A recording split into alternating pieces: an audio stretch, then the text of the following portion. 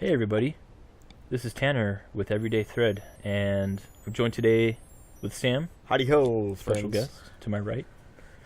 We're playing Maniac Mansion today on the Nintendo Entertainment System. This is one of my favorites, point-and-click style adventure is what they call it. And it has this pretty cool song here. You only hear in the intro. I don't think we're gonna listen to it all, but great music all around for sure. LucasArts game back in the day. Absolutely, yeah. They were the original developers and publishers for this title. Of course, the NES version we're playing here is produced by Jellico. Yeah.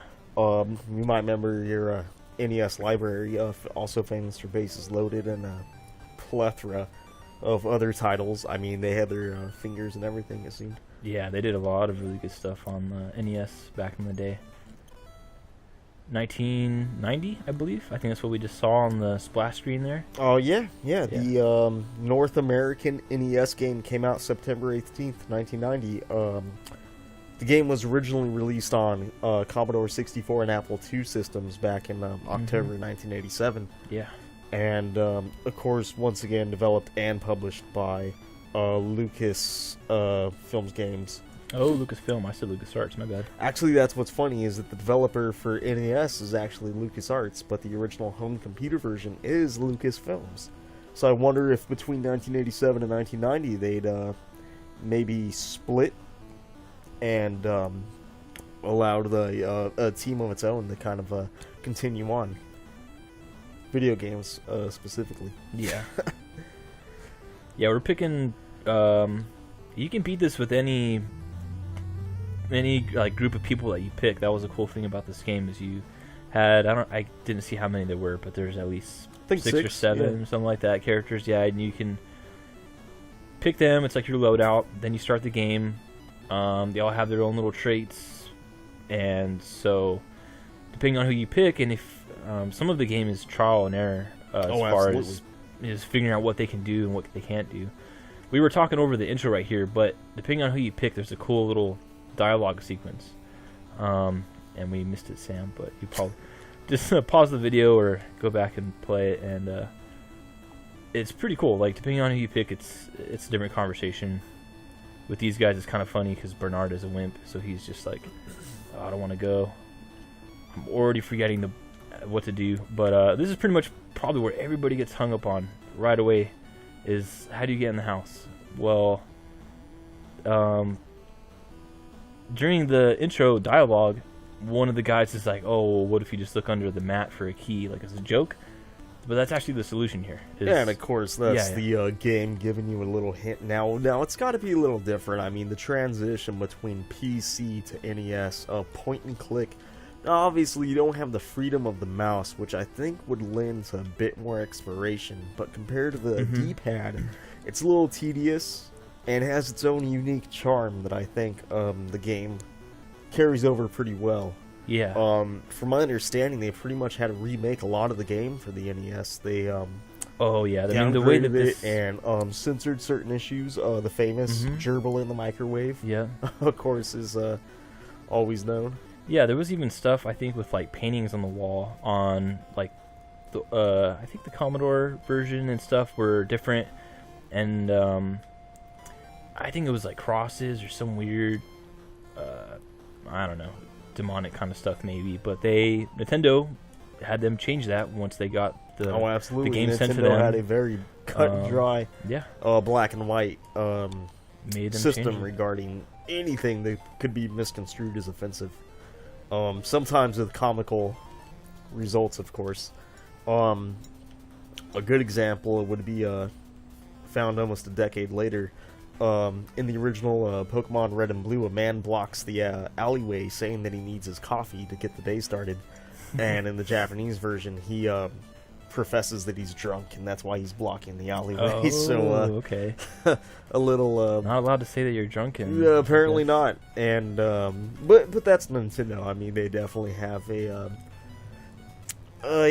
facade that they must maintain, and this has been going strong since I mean, even NES, they blocked a lot of, as we can see here, a lot of stuff. Censorship was high. So I'm just gonna try to run through this as fast as I can, and the way I'm gonna try to beat it today is I'm gonna use a kind of a game-breaking bug where there's a door in a dungeon. This game has a dungeon where your characters can get sent to, and if you don't fix the power in this game to have the dad who's holding your girlfriend, the girlfriend of Dave, captive, which is the story, and you're rescuing her. If you don't fix the power, he can't go to the arcade machine in a room and set like a code, which ends up being the code used on this door. So by default, the code is just 0000. That was also the PlayStation adult default password for PS2, I believe. 00. Yeah. 00. Yeah. So I'm gonna pretty much get to that point and then use that bug to get through, because that'll be a whole another however much time, and we're just not gonna do that. So this game kind of freaked me out when I was younger, because the characters in this game, you're in the house, obviously you're trespassing in this house of this family, and bunch of good bad nicks, you know what I mean? I mean, there's blood here on the wall. Yuck.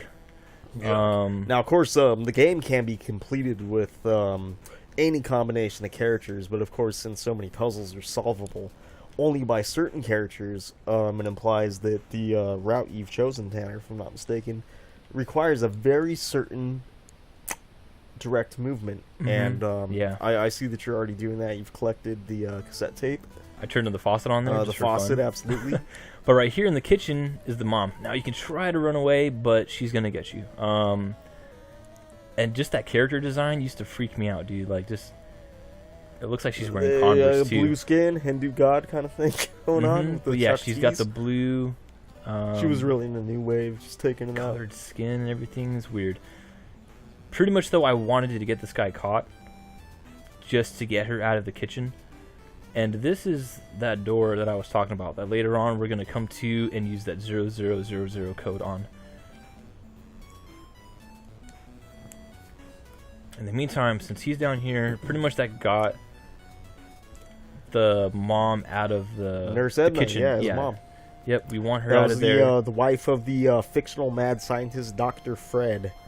And of course, who could forget Dr. Fred had a weird son, Weird Ed. So, another wild and wacky crew member of the Maniac Mansion, if you will. Yeah. See, okay, so I just picked up that flashlight.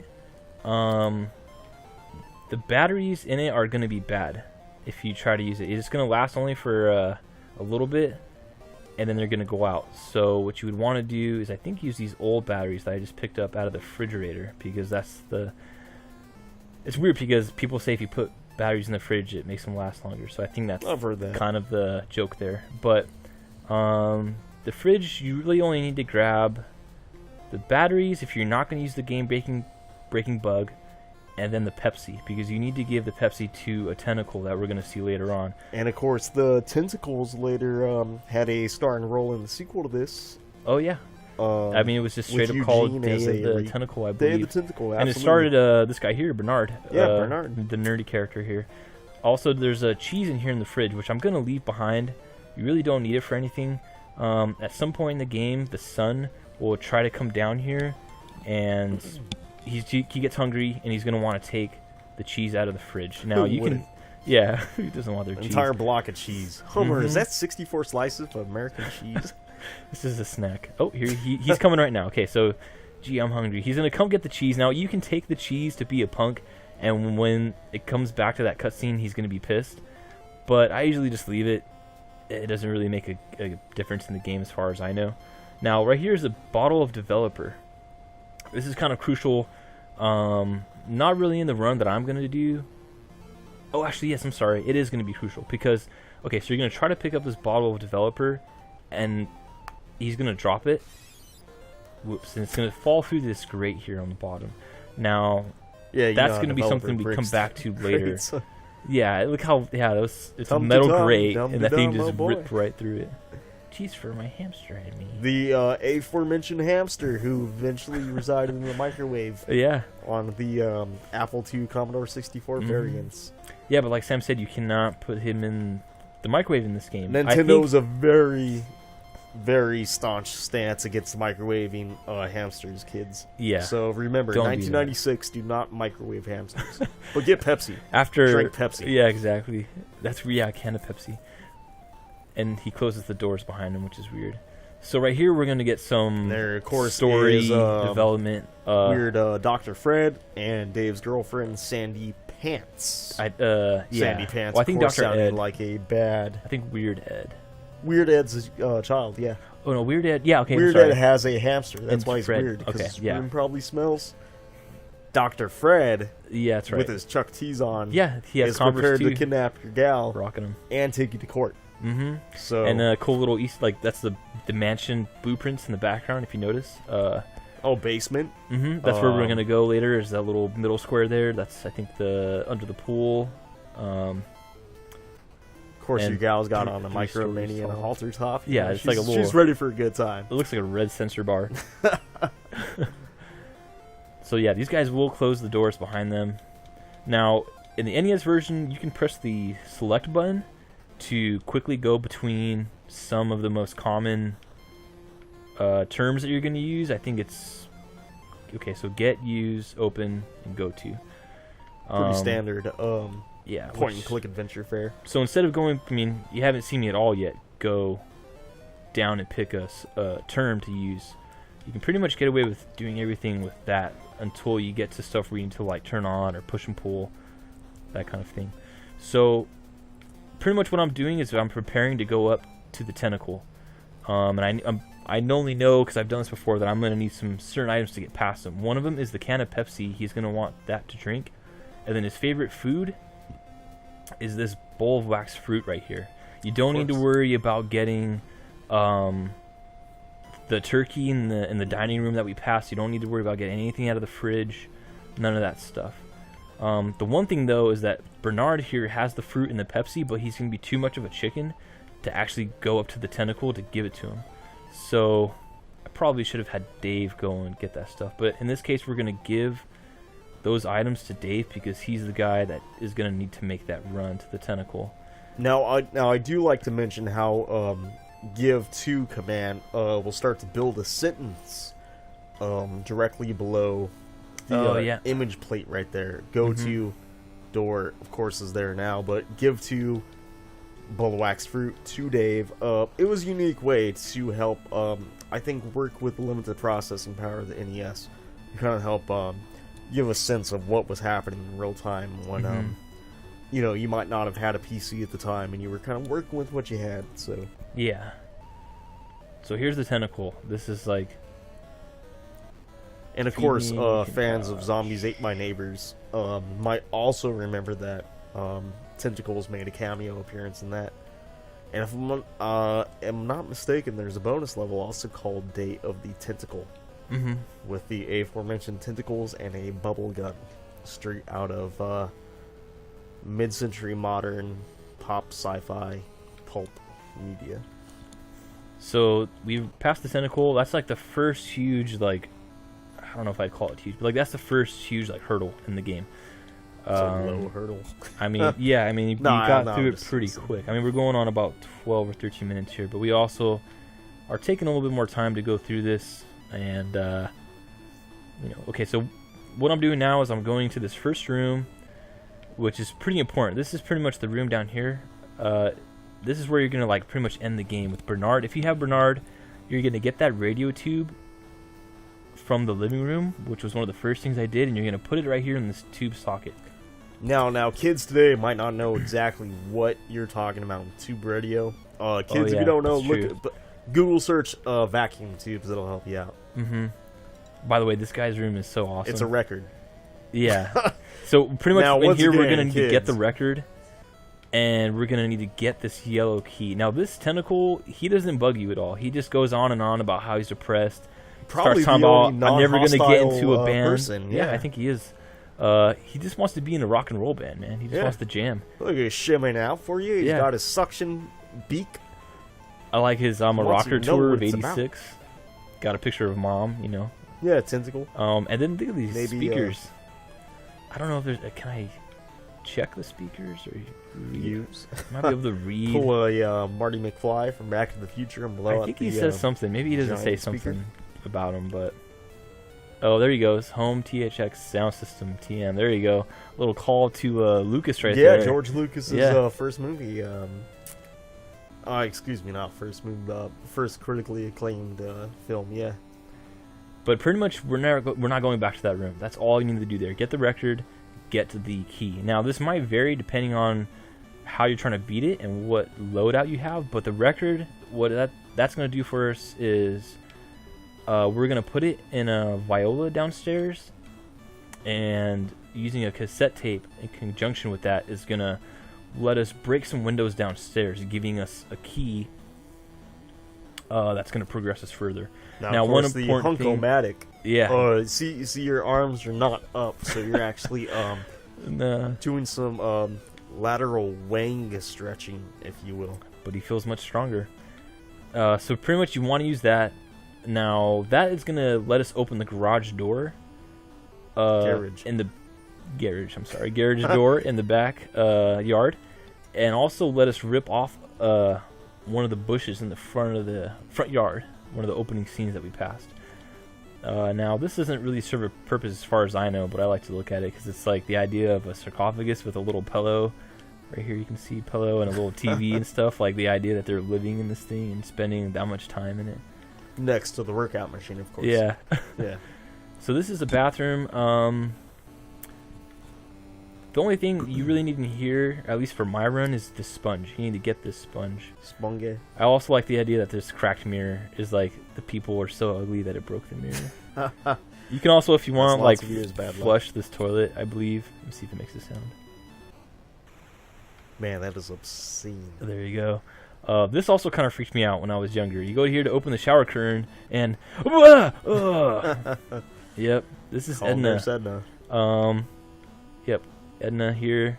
She's just been stuck in the shower for years, I think, as far as the story goes. But don't really need to do anything else in there. This room is also kind of a room I'm not going to mess with in this playthrough. But down where I got the wax fruit, there was a canvas, kind of like a painting room. If I would have got the developer, I could have thrown it on this wall and it would have revealed a door, which would take you up to, I think, an attic, which is where you would need to repair the wires for that arcade machine to work to then have Fred make the code for the door. But since if you don't go fix the wires and everything, a code will not get set in the game. So that 0000 code will just work as long as you don't. For you. Yeah, as long as you don't go and trigger that. I'm trying to remember what the next step was to efficiently do this, as far as like the so-called speed run would go. And I also always forget which room is which. I think this is the son's room and this is the mother's room. So we have the yellow key. Well, we got the sponge, so we need to find the developer.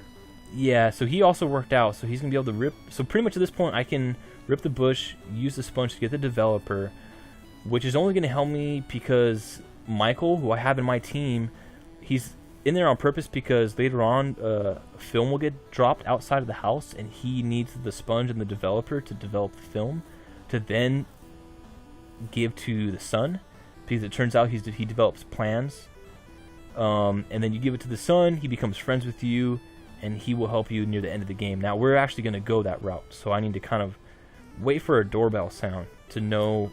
Package delivery. Amazon Prime. That's part of it, yeah. 1996, kids. Invest in Amazon. I know. If you can go back in time, that's what you should do. Apple, Amazon, Google. I'm trying to remember. The doorbell. Oh, the doorbell. Okay, so I might get caught right here because this dude might beat me to the door. He's going to beat the package? He's going to beat that package. So, look, he just walked outside the door. Intruder halt. Yep. So, also, this is a good example of how the game works. Like, this game works in real time. Like, see right there, he was leaving the room, and then if I was standing, like, a floor down, it would, track him and take him that real time to walk down to a floor and everything. So, you can outrun him. You can kind of do that kind of stuff to get away from them. It's kind of cool. So, in this case, though, since he caught me, he's not even going to care now about going to the door to get the doorbell. Like, that pretty much interrupted the script of him, like, going to the door to get the doorbell. And see, Michael here, he's only here because he's kind of useless at this point to me. He's only here so, like, I can get the guys out of this dungeon. Now, when I was younger, I remember, like how do you get out of the dungeon? Like, it's kind of a crazy thing. If you didn't know it, you wouldn't even know to look for this. But there's a brick somewhere in here, and it comes up as loose brick. There you go, loose brick. So you have to go position them, and it's kind of tricky to do this because if you don't do it fast enough, it doesn't work. So you have to have him push the brick, doors open, switch to Dave. Oh, see, I didn't do it fast enough. And then you would have to have him go through the door to get out of here. But if you only have one person in here, you're stuck. And here we go. This is some more of, like, the background story. Once again, the mirror is broken because the family's so damn ugly that the mirror is cracked. Also, a weird little kind of adult nod is a mirror on the roof. Oh yeah. Look, you know what that's for. But so here he goes. The son is talking about he knows that something is really weird with his dad. And he knows something's going on. The mom was pretty much oblivious.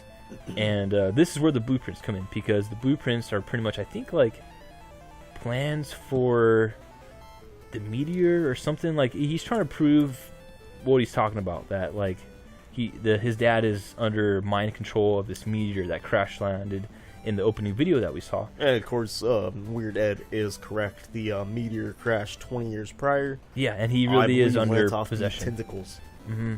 So, all right, so we got Dave out. We're now here in this room, which is all dark. Now, somewhere on this wall is, to the right side of the fuse box, is a silver key, which I always forget which keys are for what, but we are going to need that for sure. Now, great it's music. all... Yeah, very great music. This song, actually, interesting enough, I heard was written kind of... It was supposed to be in the vein of Boys Are Back in Town. The guys, it's a real band. Upbeat rockin' number. Yeah, it's a real band who composed the music, and they said that they were trying to go for, like, that Boys Back in Town feel, I guess, as far as this Dave's theme goes. Great song, though. I ended up learning how to play it on the bass, but solid for sure. So let's see, I don't have the cassette tape with me, but Bernard is here. I think he has the cassette tape. So pretty much what you would want to do in this room, since I'm here, might as well do it, is use the record that we found up in the Tentacles room with the big speakers, and we're going to use it on this. I bet it's the Boys That Are Back. Oh, I said Viola. Trolla. Trolla. And Thomas Edison would be whipping you in the face right now. I know. I can feel it. Alright, so you put that in there, and then I think Bernard has the cassette tape. So then you use the cassette tape. Cassette these nuts. And the cassette recorder. And then what you're going to do is you're going to turn them on. So you're going to have to turn on the record player. Real high-pitched annoying noise. Going to break that little vase right there to let you know it's working. Then turn on the cassette recorder. He's going to tell you, okay, it's recording. You only need about a second of it. Like right there, I already have enough. So I can stop recording, turn it off. I didn't push it on the right spot. But okay, so turn off. I need to get the cassette tape out of here now. And just because it's freaking annoying, we'll turn this back off. See, they're going to try to confuse you because this record right here is a broken record. That record will not work. The record you need is up in the Tentacles room. You don't even need to bother with this record at all, as far as I know. Now, there's some couple little side things. Like, we can go ahead and go to... Like, right here, for example, is if you have... I think if you have a writer... I've never beaten the game this way. But if you go up to this TV and you turn it on, it'll have this cool little side thing.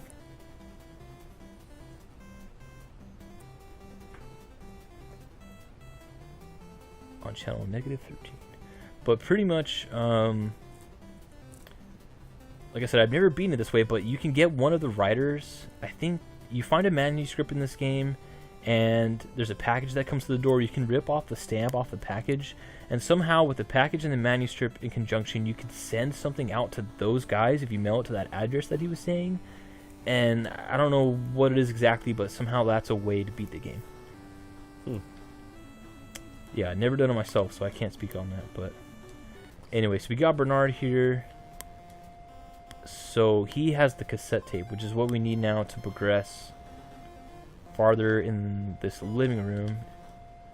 Now what we're going to do is go down, go off to the right side here. We're going to put our cassette tape in the player. And we're going to turn that on. It's now recorded that high pitch squeal which broke the vase. So in turn, hey, it's probably going to break the windows and maybe break the chandelier. If you notice, there's a little key up here on the chandelier. And now it's broken it. You can now turn off the cassette player. Grab this old rusty key. The old rusty key I know for sure is for the dungeon door. Which pretty much just makes it useful for going back and forth. Now, actually I don't need to go back over here, but there's a phone at the end of that room. If you get the tools from the back of a car, which is why we had Dave work out to open the garage, you can have Bernard, which is why we picked him, use the tools on the phone to call the mother. Now, you would need to move Edna in the bathroom that we saw to find out what the number is, because that's randomly generated. Oh yeah, so it's call Edna. And you would call the mom, and pretty much what that does is it keeps her occupied so that you can just walk past her and go up to an attic.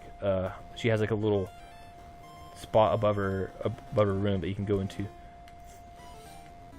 But we don't need to do that for this playthrough, so unfortunately I'm not going to show that. Now pretty much what I'm going to do, I don't remember if this is the right order, but we're going to have, I'm going to get Dave ready to go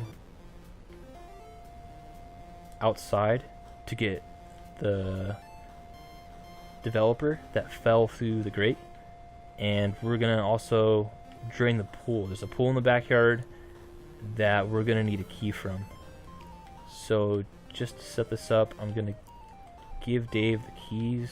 I just want him to have all the keys right now. Radio 2 volt batteries. Okay, so he's good. So Dave is now moving outside. While I'm out here, I'm going to have him grab the package, which should not have been picked up because we interrupted the son going out to retrieve it. That's right. So we're going to grab the package. We're now going to try to open it.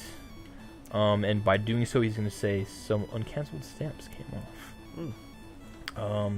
So now we have stamps in our inventory, you can see down here. If we try to open the package again, I think he just says something like, oh, I shouldn't do that. He said that would be illegal. That's right. Don't open packages that aren't sent to you. Here we go. So we're going to open bushes, because that works. Why not? And I ripped the bushes off. I don't have bushes in my inventory, but that's okay.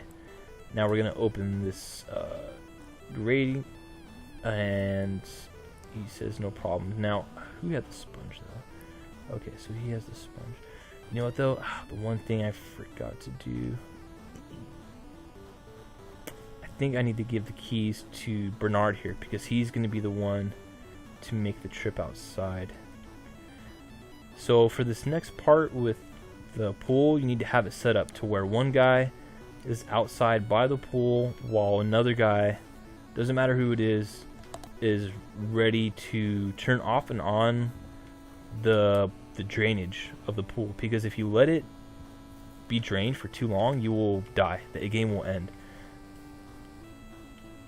There are a few different ways to die officially in this game, and one of them is to have that pool be drained, because I guess the idea is the pool is keeping like a nuclear reactor cool, and with it being empty, it just overheats and the house goes off like a nuclear bomb. So pretty much we're going to use the sponge on the developer, which is, this is what fell through that grate. He's saying now the sponge soaked it up. We're going to position him right here by the water valve.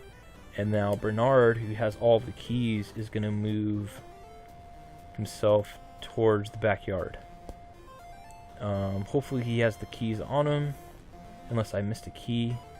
But he should have the keys to open that back door and get to the pool and everything. See, I also already kind of messed up as far as speedrun time goes, because ideally I would have wanted to have the guy who worked out go back here to open the garage door at the same time. But now I'm going to have to make another trip. So we're going to use, I think, the silver key on this yellow door. I didn't do it right. Alright, so this door's open. You can see here we have the pool. Pool chair with the radio. We're going to open this door. Now, see, Dave here is going to have to come back over here and open this garage door because we need the tools. As far as like how I'm beating the game, you need the tools to beat it. So you can have him go down here. I don't want to get wet. See, there's a surfer guy that you can have as your loadout. Mm-hmm. Now, I don't know what the point is with him because I've tried to have him just go into the water thinking that he wouldn't be worried about it, and he would just go into the water and fetch that radio and stuff. But he still doesn't do it, so I don't know what the point is of the surfer guy. Alright, so here we go. We're going to go ahead and I think... Okay, so we got that. This is going to trigger a cutscene as well. And also this is time-based, so if you don't do this fast enough, you will end the game. It'll blow up. I also like the idea of like somehow the pool has been emptied before, and they're like, oh, it's emptied again. And the fact that he's hanging out with a tentacle on a regular basis. Mm-hmm. Wearing his Chuck T's. Great use of sound effects. Yeah. Very sci-fi-ish. Yeah, audio in this game is pretty good. Now, as you could probably tell, every time I'm switching between characters, there's a different theme for each character. Oh, yeah. And all the characters that you can pick from in this game have a different song connected with them. They're a little different. I mean, Michael has like a little bit of a hip-hop theme. I think Sid and the girl have a little bit more of like a punk sounding song to him. Bernard's got the really weird, like, you know, whatever this is called.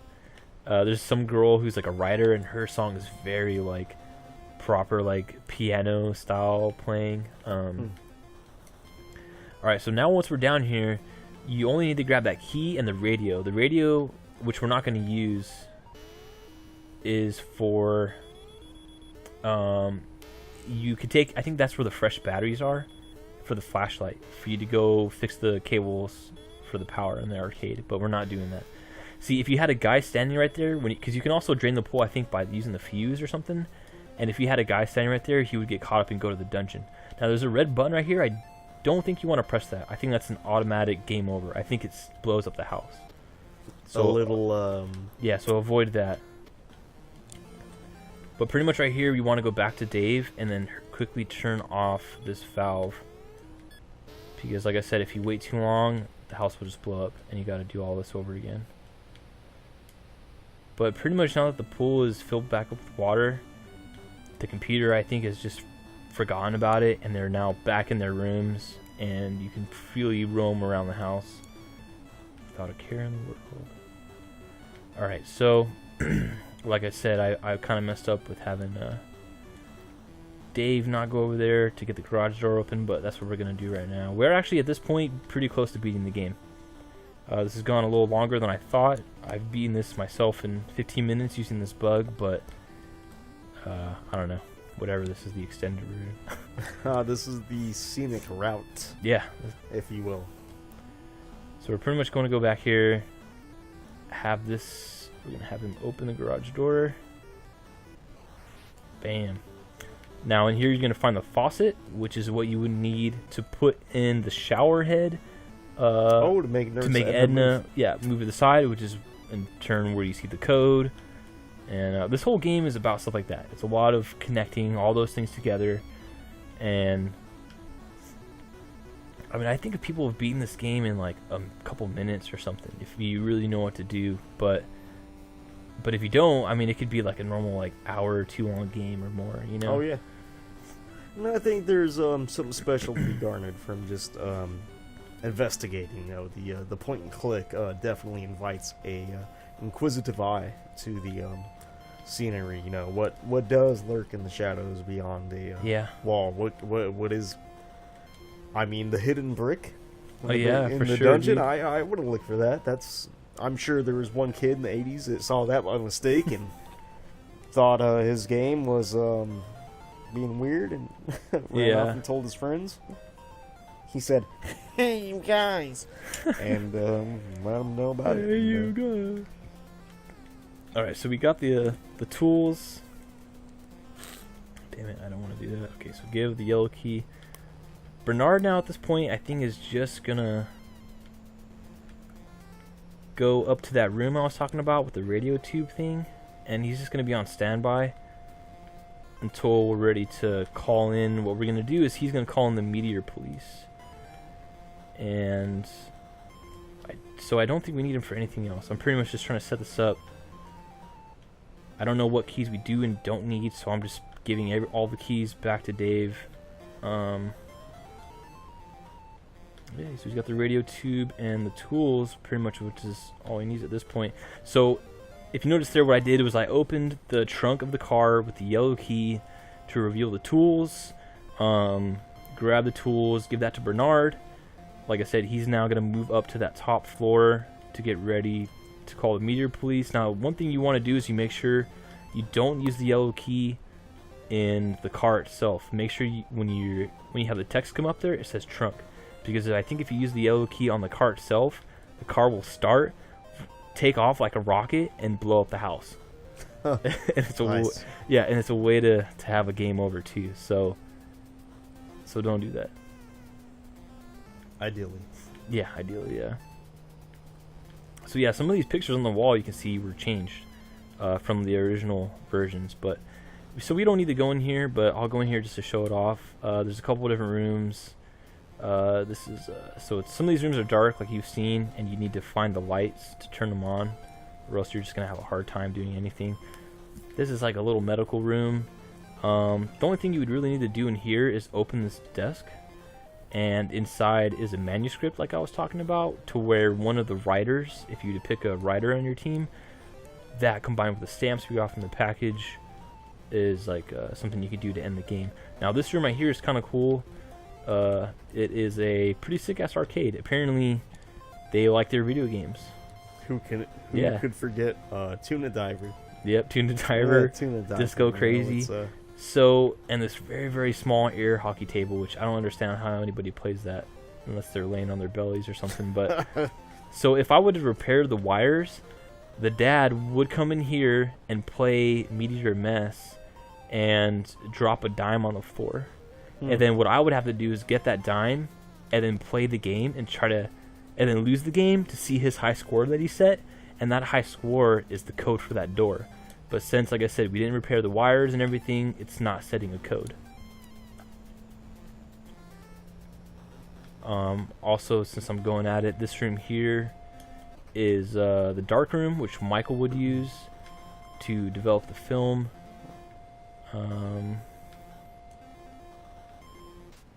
We haven't found the film yet, so nothing to do in there right now. But Bernard is going to go up to this room right here. So once he gets in here, we're going to have him use the radio tube in the tube socket. And that's set up. So pretty much once I'm ready to end the game, he's going to have to use the tools that I found to fix this radio and call in the meteor police. Now, to find the number for the meteor police, you're going to have to read this wanted poster on the wall. And it's going to tell you up here on the top, wanted for terrible acts of violence. I think one murderous purple slimy meteor. If found, call 9111. How convenient. And that number is also randomly generated, so you need to read that poster to find the number. It's not always set. Not a regular feature, yeah. So now that that's set up, Bernard, I'm pretty sure at this point, doesn't need to do anything else in the game.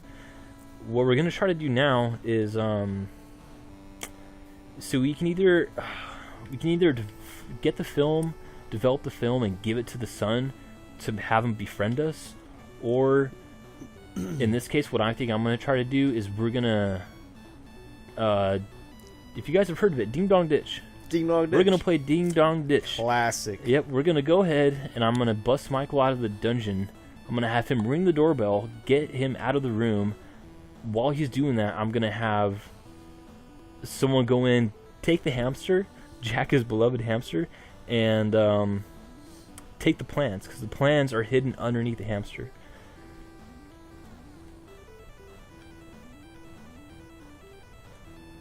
So let me see here. Let's get Michael out of the... Oh, you know what, though? This is part of the thing, too, is, like, I don't have a second... See, right, you can open this door right here. It has no doorknob. You would need somebody to push on the gargoyle head. That would open that door, but then you'd have to have a second person go through. Now, in this case, I have one guy in the dungeon, one guy walked all the way back up to the top floor, and then me. I don't want to go ahead, for the sake of the video, to grab someone and pull them all the way down here. So, I think what I'm going to do...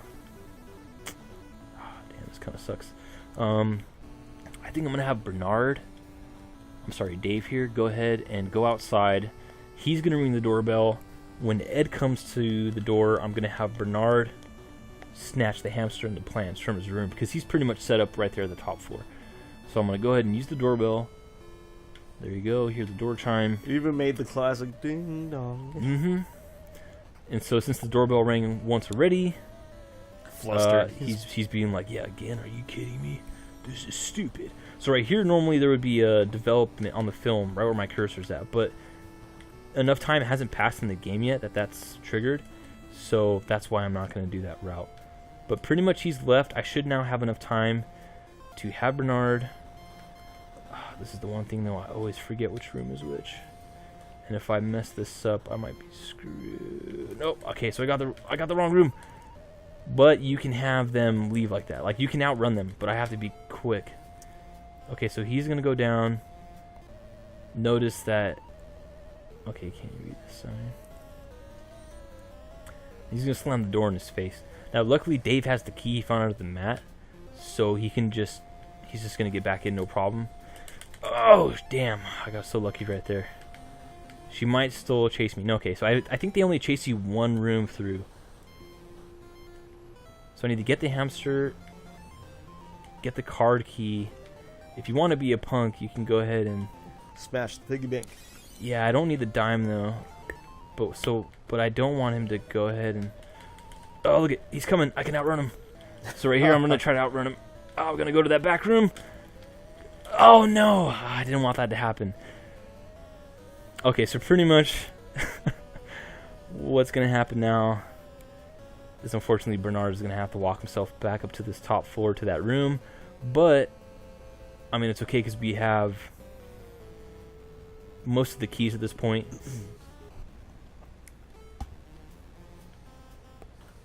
Alright, so we're going to do that trick again with Michael. Because Michael's been here the whole game. He's just always good for at this point, is just to be in the dungeon, to be the door guy.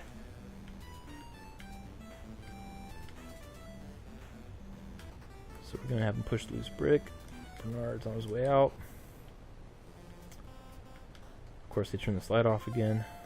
Just conserve energy, kids. Mm-hmm. 1996. Yep. Need it for that reactor they've got going on.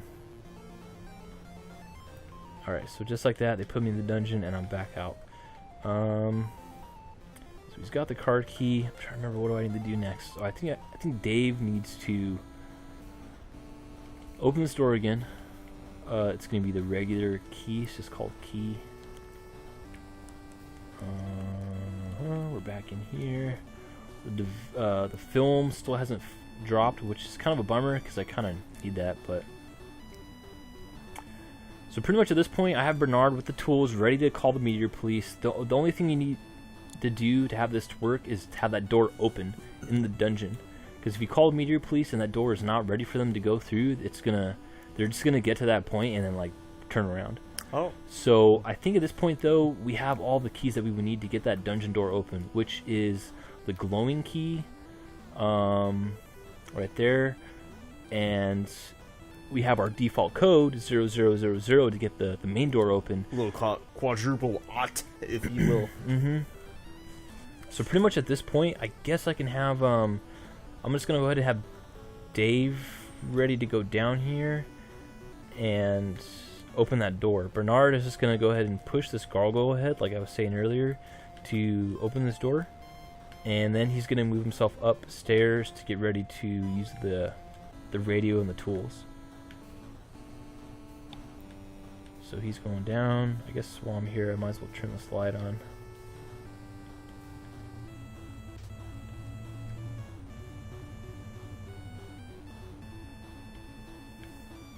Alright, so we're going to have him use the old rusty key in the door. But every time you pass through that door, though, oh, I thought it closed itself. Maybe not. Alright, so we're now going to use the glowing key in the bottom padlock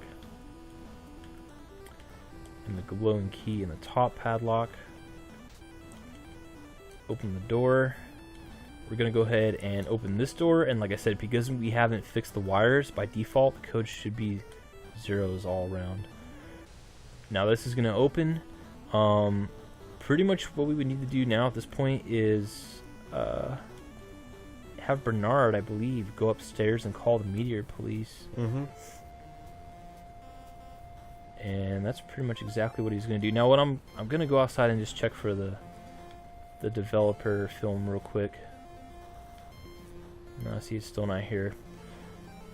I think we might need that because we need Michael to develop it and give it to the son, because we need him on our side. The son will, I think, go and like talk to the dad or like talk him out of something or something like that.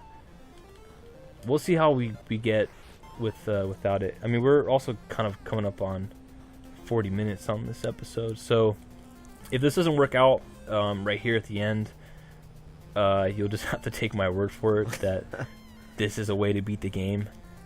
But I don't want to. I'm a doctor. Yeah, I don't want to. I'm a Maniac Mansion doctor. But I don't want to drag this out too long. So let's see if we can try to wrap it up. Wrap that gavel up, B. Better wrap that gavel up, B. So he's going to go ahead and use the tools on my hi-fi on the radio. Now, I think turn on now the radio. I'm trying to remember. So you turn it on, I think, then you use the tools. Okay, there you go. Yeah, you turn it on first, then use the tools. Now the number was 9111. And it's going to cut to this pretty cool cutscene here. A little jingle right there. If you caught that little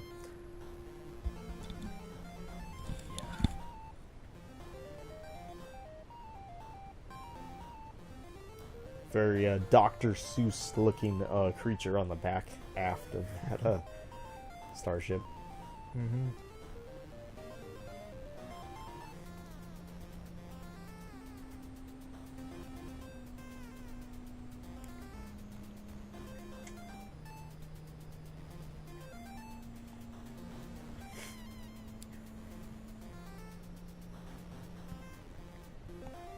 A little joke there.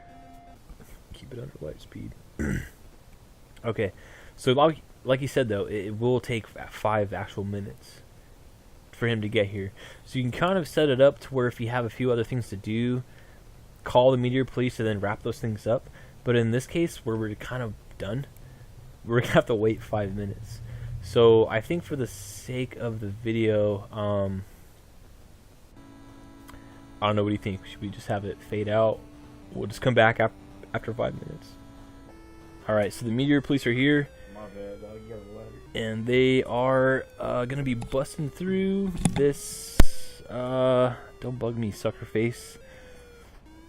Yeah, they are.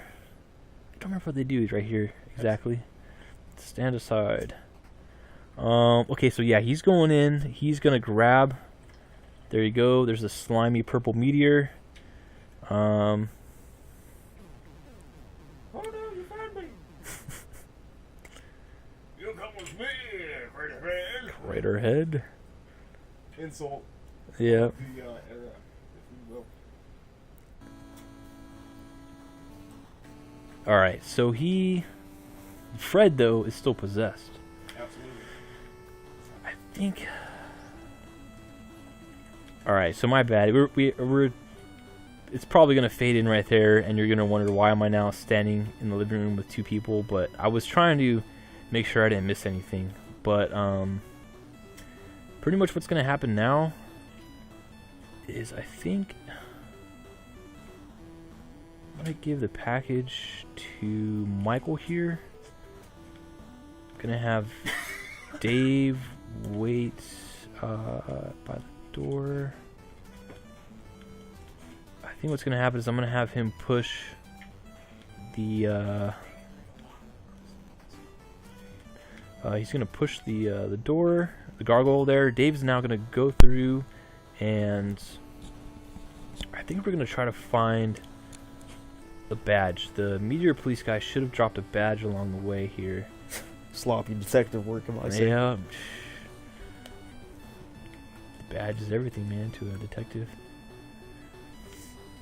Okay, so I don't remember. I think it's right here outside of the door. There we go. So that's the badge. I want to say that I can finish the game right now. Well, try it out, man. I think what I have to do is I have to go through here, show this badge to the tentacle that's going to be at the door, then use the card key that I picked up. Oh, see, I don't have the card key right there. I would have messed up. I think Bernard has the card key. And then I'm going to use the card key to...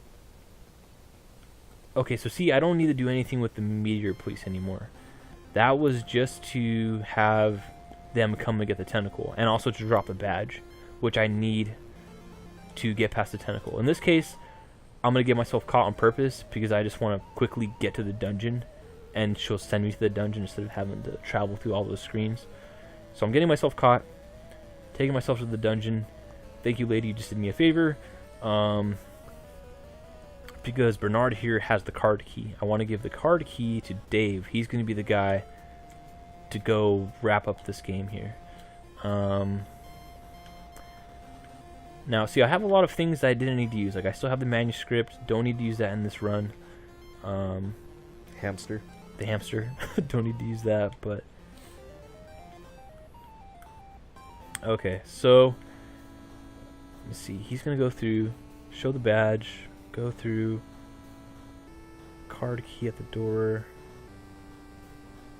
go through, hit the switch, and I think it's game over. Okay, so I'm going to go through here and see if I can end the game. Now, if I mess up, we're just going to cut the video anyway, because this is running a little bit longer than expected. We're at about 55 minutes here or so, and I've beaten this in about 15 minutes, but obviously I'm explaining a lot of this stuff, and by the way, that's not how you spell a secret. Kids, don't spell it like good that. band name. Yeah. Okay, so... See, the only thing is, though, with the son, I'm wondering if I need to go give the package to the son. Because I think you can get him to be on your side, and then he will be like, oh, I'll meet you down in the basement in so many minutes, and he'll help you out in some way. Now, like I said, I'm not going to... I don't want to take the time to go do that, because I don't know if it's even going to pan out in the end. So I'm just going to go for it. And if it doesn't work out, then you know what? Just YouTube the damn ending. And I'm sure it's out there. Pretty much what we're going to do, though, is we're going to try to give... I think we're going to give the badge to this tentacle. He's going to look at it and be like, oh, you're with the Meteor Police. I'm sorry. They made me do it, kind of thing. Of course, Dr. Fred. Mm-hmm. With his son. Dr. Fred. Now, you were talking about earlier about having to, like, figure this stuff out on your own and trial and error. But I remember when this came out, in the long box, you know, cardboard box, NES, it came with a really fat book with a little red strip, like a kind of plastic, semi-transparent strip. And it had a ton of, like, questions in this booklet. And what you would do is hold that strip over like a blue or something decoded part that you couldn't read on your own unless you held the strip over it, and it would tell you the answers to all the little things in this game. Oh, really? And I remember, yeah, my brother and his friend. Inclusion. A lot of games, I think, nowadays skimp. Yeah, and I remember that. Of course, Bygone being a main way to figure out what to do. Oh yeah, I can imagine. Of course, the transition from a graphic selection to the previous, hey, guess the syntax of what's happening in this scene.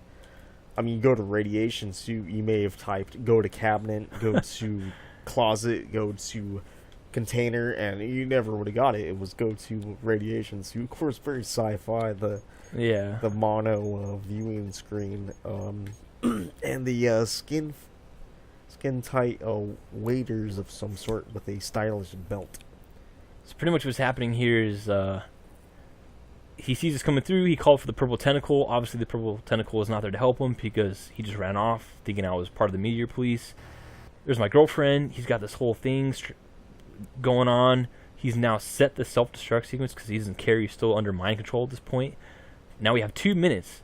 Now, if you had got to this point in the game and had 2 minutes left and didn't know what you were going to do, you would screw yourself and it would be game over. Also, another thing is this door right here looks like it might be important, but all it does is take you back to the garage where the car is, and you'll be screwed, and you have to walk all the way back around to get into this spot. But pretty much all we need to do at this point, I think, to end the game, if I'm doing this right, is turn off this switch, and I think I can put the controller down now at this point, and this is pretty much game over, people. This is one way to beat the game, with the Bernard, Michael, Dave setup. Now, then again, I didn't use Michael the way he's supposed to be used because the film never got dropped in our time. We didn't play it long enough, and so really you could substitute him possibly with we could random cast. Yeah, we could have put in one of the writers, Razor, Sid, and what have you. But really, you don't even really like the. As far as I've heard people being in this game, the main guys you want to have is Bernard.